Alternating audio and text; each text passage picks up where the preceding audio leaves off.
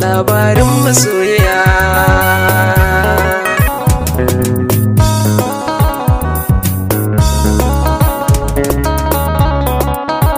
Ina ɗauki da hanzari da shauƙi gun masoyiya, da wahala in bar kiki jigata.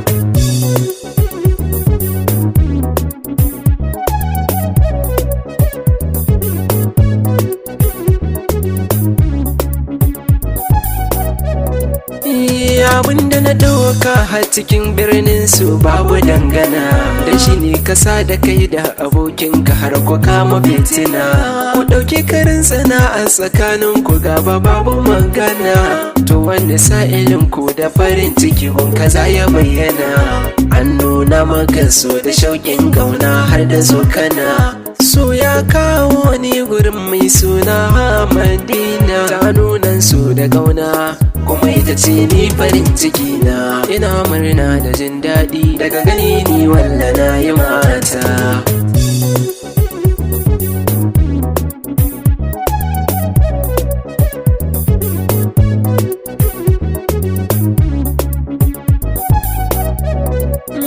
Gari na masoyi baya nisa kuma yawa na tafiya, tuna yi shiri zuwa ganin farin ciki ma'ana masoyiya. Na je a gurin umma na ta min addu'a na sauka lafiya, neman kwana da dangi sai ga kira na Madina a waya. Wani na farin ciki na Allah kawo ka lafiya. Ina saka ajiye waya ɗan Union ya zo da tambaya, a wani garin za ka je, Kano ko Kaduna in jiya. Na ce masa Kebbi zanina, ya ce mini ka ji ga mota.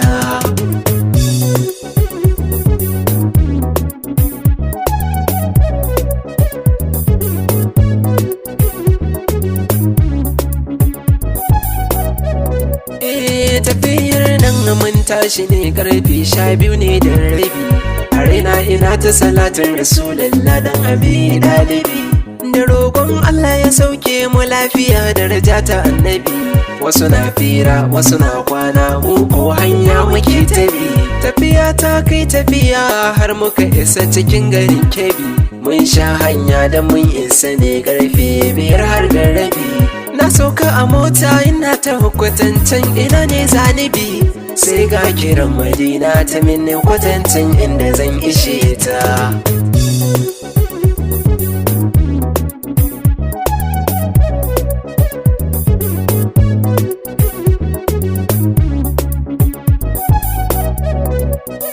Ana haka ne tare dan a caba ba dariya zanina, mun kamo hanya da ni da shi a arabin Atiku kan kwana. Sai ga wata mota mai kirar gwamnan kuma na ga siyana, kan na ankara an buge mu da mota na je ana ta magana. Ko da na farko na ji ana biyu da safe biyu da rana, magani ne ake ta bayani robar ruwa a jikina. Sai na ce jama'a ku saya me ke faruwa kuke ta magana, hadari ne an ka kawo ni magana ce daga likita.